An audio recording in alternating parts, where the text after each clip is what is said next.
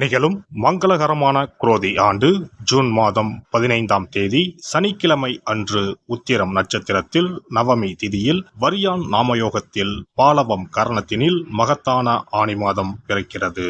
சூரியன் மிதுனம் ராசியில் சஞ்சரிக்கும் மாதம் ஆனி மாதமாகும். உத்தராயணத்தின் கடைசி மாதமாகும். ஆன்மீக சிறப்புகள் கொண்ட மாதம் இதுவாகும். இம்மாத கிரகநிலைகள் என எடுத்துக்கொண்டால் மேச ராசியில் செவ்வாய் பகவான் ஆட்சி பலத்துடன் உள்ளார். ரிஷப ராசியில் குரு பகவானும், மிதுன ராசியில் சூரிய பகவானும், சுக்கிர பகவானும், புதன் பகவானும் இணைந்துள்ளனர். கன்னி ராசியில் கேது பகவானும், கும்பராசியில் சனி பகவானும், மீன ராசியில் ராகு பகவானும் உள்ளனர். இம்மாத கிரக பயிற்சி என பார்த்தால் ஆனி மாதம் 15ஆம் தேதி மிதுன ராசியில் ஆட்சி பலம் பெற்ற புதன் பகவான் கடகராசிக்கு பயிற்சியாகிறார். ஆனி மாதம் 16ஆம் தேதி சனி பகவான் வக்கர பயிற்சி அடைகின்றார். ஆனி மாதம் 23ஆம் தேதி சுக்கிர பகவான் கடகராசிக்கும், ஆனி மாதம் 28ஆம் தேதி செவ்வாய் பகவான் மேசராசியில் இருந்து ரிஷபராசிக்கும் பயிற்சி அடைகின்றனர்.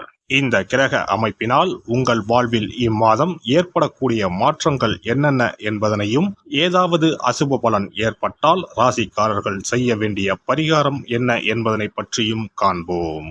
மீன ராசி அன்பர்களே, இந்த மாதம் செலவுகள் குறையும், பணவரத்து அதிகரிக்கும். எதையும் எதிர்த்து நிற்பதை தவிர்த்து அனுசரித்து செல்வது முன்னேற்றத்திற்கு உதவும். அடுத்தவர்களின் நலனுக்காக உழைக்க வேண்டி இருக்கும். சொத்துக்களை வாங்கும் போதும் விற்கும் போதும் கவனமாக இருப்பது நல்லது. இடமாற்றம் உண்டாகலாம். ஆடை ஆபரணங்கள் சேரும். தொழில் வியாபாரம் சற்று நிதானமாக நடந்தாலும் எதிர்பார்த்த லாபம் கிடைக்கும். தொழிலை விரிவுபடுத்துவதற்கான வேகம் கூடும். சரக்குகளை வாங்கும் போது கவனித்து வாங்க வேண்டும். வாங்கிய சரக்குகளை பாதுகாப்பாக வைப்பதும் நல்லது. பார்ட்னரிடம் இருந்து வந்த பிரச்சனைகள் அகலும். உத்தியோகத்தில் இருப்பவர்கள் கூடுதலாக பணியாற்ற வேண்டி இருக்கும். பதவி உயர்வு உண்டு. சக ஊழியர்கள் உங்களுக்கு ஆதரவாக இருப்பார்கள். மேலிடத்துடன் இருந்து வந்த கருத்து மோதல்கள் அகலும். குடும்பத்தில் இருப்பவர்களுடன் கோபப்படாமல் நிதானமாக பேசி அனுசரித்து செல்வது நல்லது. சகோதரர் வகையில் உதவி கிடைப்பதில் தாமதம் உண்டாகலாம். உடல் ஆரோக்கியத்தில் கவனம் தேவை. கணவன் மனைவிக்கு இடையே இருந்த மனஸ்தாபங்கள் நீங்கும். விருந்து கேளிக்கை நிகழ்ச்சிகளில் கலந்து கொள்வீர்கள்.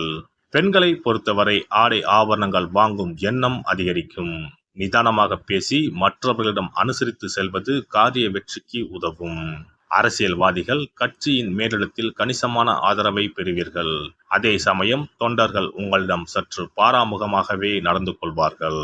கோபப்படாமல் விவேகத்துடன் விட்டு கொடுத்து அவர்களின் தேவைகளை பூர்த்தி செய்து அவர்களின் மனங்களை வெல்லவும். கலைத்துறையினருக்கு அனைத்து வேலைகளும் சுமூகமாக முடியும். உங்களை தேடி புதிய வாய்ப்புகள் வரும். திறமைகளை வெளிப்படுத்துவதற்கான சந்தர்ப்பங்கள் அமையும். பொருளாதார வசதிகளில் முன்னேற்றம் ஏற்படும். புதிய வாகனங்களை வாங்குவீர்கள். மாணவர்கள் கல்விக்கு தேவையான உபகரணங்கள், புத்தகங்கள் வாங்குவீர்கள். கூடுதலாக நேரம் ஒதுக்கி பாடங்களை படிக்க வேண்டி இருக்கும். நட்சத்திர பலன்கள். பூரட்டாதி நட்சத்திரம். இந்த மாதம் உங்களுடைய வேலைகளை பிறரிடம் ஒப்படைக்க வேண்டாம். சரியான மனிதர்களை இனம் கண்டு கொள்வீர்கள். தங்கள் பணிகளை சரியாக செய்து முடிப்பீர்கள். பண தேவை அதிகரிக்கும். எதிலும் உடனடியாக முடிவெடுக்க முடியாமல் தடுமாற்றம் உண்டாகும். வேலைப்பளு அதிகரிக்கும். குழந்தை பாக்கியம் கிடைக்கும். உத்திரட்டாதி நட்சத்திரம். இந்த மாதம் நீங்கள் விரும்பிய பொருட்கள் வந்து சேரும்.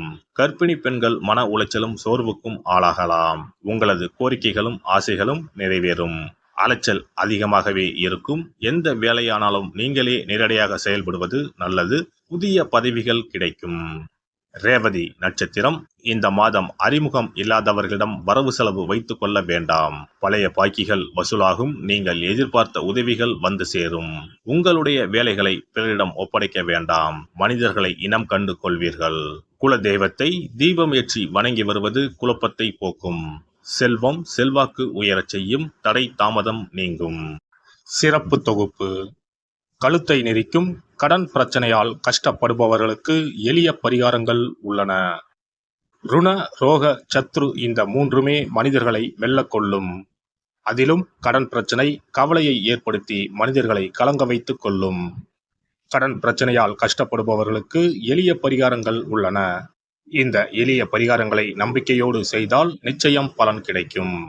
ஒருவரின் ஜாதகத்தில் 6ஆம் இடம் கடன் ஸ்தானத்தை குறிக்கும். கடன் பிரச்சனையால் இன்றைக்கு பலரும் தற்கொலை செய்து கொள்கின்றனர். சக்கரத்தாழ்வார் அருள் இருந்தால் கண்டிப்பாக கடன் பிரச்சனைகள் நீங்கும். பெருமாள் கோவிலுக்கு சென்று சனி மற்றும் புதன் கிழமைகளில் சக்கரத்தாழ்வார் சன்னதியில் துளசி மாலை சாற்றி 12 முறை வலம் வர வேண்டும்.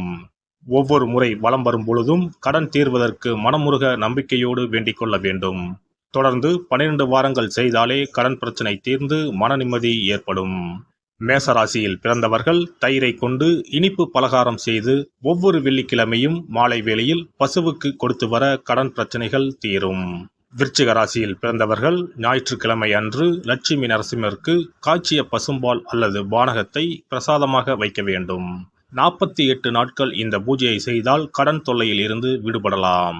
ரிஷபராசியில் பிறந்தவர்கள் ஜவ்வரிசி கொண்டு இனிப்பு தயாரித்து அதை வெள்ளிக்கிழமை என்று பசுவிற்கு மாலை வேளையில் கொடுத்து வர கடன்கள் அடைந்து சுகம் பெறலாம்.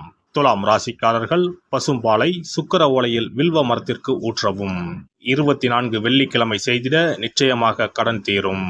வெள்ளிக்கிழமையில் அரச மரத்தடி விநாயகருக்கு அகலில் 11 தீபமும் 11 முறை வலம் வந்தும் வழிபட்டால் கடன் தீரும். மிதுன ராசிக்காரர்கள் தினசரி சிறிது தயிர் சேர்த்து குளித்து வரவும். கடன்கள் நீங்கும். மாலை வேளையில் சூரிய தரிசனம் அஸ்தமனத்துக்கு முன் செய்து வரவும். கன்னி ராசிக்காரர்கள் சனிக்கிழமைகளில் உளுந்து வடை தானம் செய்யவும். அதை நீங்கள் உண்ணக்கூடாது. மேலும் துளசிக்கு தினசரி நீர் வார்த்து ஒரு மண் அகலில் நல்லெண்ணெய் விளக்கேற்றி வைக்க ருண நிவாரணம் பெறலாம். கடகராசிக்காரர்கள் ஒவ்வொரு ஞாயிறும் சிறிது வெள்ளக்கட்டியை ஓடும் நீரில் விழவும். கடன்கள் வெள்ளம் போல கரைந்துவிடும். சிம்ம ராசியில் பிறந்தவர்கள் ஒவ்வொரு சனிக்கிழமையும் அரச மரத்தடியில் மண் அகலில் நல்லெண்ணெய் ஊற்றி கருப்பு திரி கொண்டு 8 விளக்குகள் ஏற்றி வர கடன்கள் அழிய வழி பிறக்கும். மகர ராசிக்காரர்கள் சனிக்கிழமைகளில் எள்ளுருண்டை செய்து பலருக்கு தானமாய் கொடுத்து வர கடன் தொல்லைகள் நீங்கும். கும்பராசிக்காரர்கள் வியாழன் மாலை 6 மணிக்கு குங்குமப்பூ சேர்த்த பாதாம் கீர் செய்து மகா விஷ்ணுவுக்கு நிவேதனம் செய்து முதலில் தான் அறிந்துவிட்டு பின்பு மற்றவருக்கும் தானமாய் கொடுத்து வர கடன்கள் மலமளவென அடைபடும். தனுசு ராசிக்காரர்கள் செவ்வாய்க்கிழமைகளில் ஆலய பணிகளுக்கு செங்கல்கள் முடிந்த அளவு வாங்கி கொடுக்க கடன்கள் அடைந்து நிம்மதி பெறலாம். மீன ராசிக்காரர்கள் செவ்வாய்க்கிழமை அன்று மதியமோ இரவோ நோயாளிகளுக்கு சப்பாத்தியை தானமாக கொடுத்து வர கடன்கள் வேகமாக அடைய ஆரம்பிக்கும். குறைந்தது 9 சப்பாத்திகள் கொடுப்பது நல்லது. செவ்வாய் பகவானை மனதார நினைத்துக் கொள்வது நலம் தரும். பௌர்ணமி நாளில் குலதெய்வத்திற்கு படையலிட்டு வழிபடுவது சிறப்பு. குலதெய்வ படம் இல்லாதவர்களும் குலதெய்வம் பற்றி தெரியாதவர்களும் 5 முக குத்து விளக்கை பூஜை அறையில் ஏற்றி வைத்து படையல் போட்டு கற்பூர ஆரத்தி காட்டி கடன் பிரச்சனை நீங்க மனதார வேண்டிக் கொள்ளலாம். இவ்வாறாக 9 பௌர்ணமிகள் விடாமல் இந்த பரிகாரம் செய்ய கடன் தொல்லைகள் எளிதாக தீர்ந்துவிடும். கடன் தீருவதற்கான வழிகளும் கிடைக்கும். இந்த பரிகாரத்தை அனைத்து ராசிக்காரர்களும் செய்யலாம். எல்லாம் வல்ல இறையருளால் நீங்களும் உங்கள் அன்பு குடும்பமும் உடல் நலம், நீலாயுள், நிறை செல்வம், உயர் புகழ், மெய்ஞானம் ஓங்கி வாழ்க வளமுடன். இந்த வீடியோ பதிவு உங்களுக்கு பிடித்திருந்தால் லைக் பண்ணுங்க, கமெண்ட் பண்ணுங்க, ஷேர் பண்ணுங்க, மறக்காம சப்ஸ்கிரைப் பண்ணுங்க, பக்கத்துல இருக்கிற பெல் பட்டனை கிளிக் பண்ணுங்க. நன்றி, வணக்கம். ஓம் நமச்சிவாய. சிவாய நம.